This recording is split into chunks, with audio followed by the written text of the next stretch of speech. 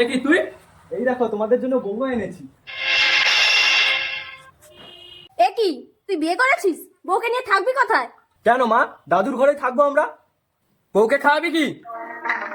আমি চাকরি পেয়েছি বাবা, তোমাদের থাকা খাবার দায়িত্ব সব এখন আমার। চলো বউ। বৌমা, এত বেলা হয়ে গেল, আমাকে এখনো খেতে দিলে না। এই নিন। আমাকে তুমি খালি মুড়ি দিচ্ছ? কি গো, শুনছো? তোমার বৌমা আমাকে খালি মুড়ি দিয়ে গেছে।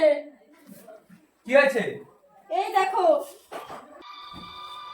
হ্যাঁ, এত বড় স্পর্ধা? খোকা, খোকা,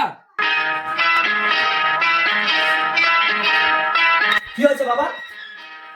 বৌমা তোর মাকে কি খেতে দিয়ে গেছে দেখ। খালি মুড়ি, আবার এরকম ভাবে রেখে দিয়ে গেছে।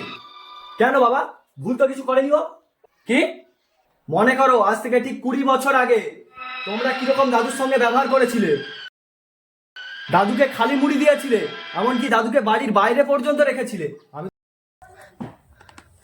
তো তোমাদের সঙ্গে সেটা করিনি মা। কেন মা, কেন বাবা? বৃদ্ধ হলে কি মানুষকে অপদস্থের শিকার হতে হবে?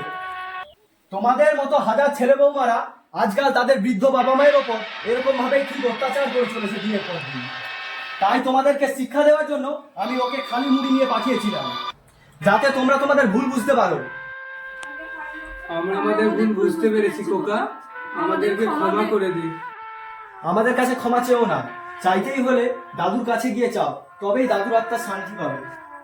বন্ধুরা, কথায় বলে যেমন কর্ম তেমন ফল। আমরা যেমন কর্ম করব ঠিক তার ফল সেরকমই পাবো।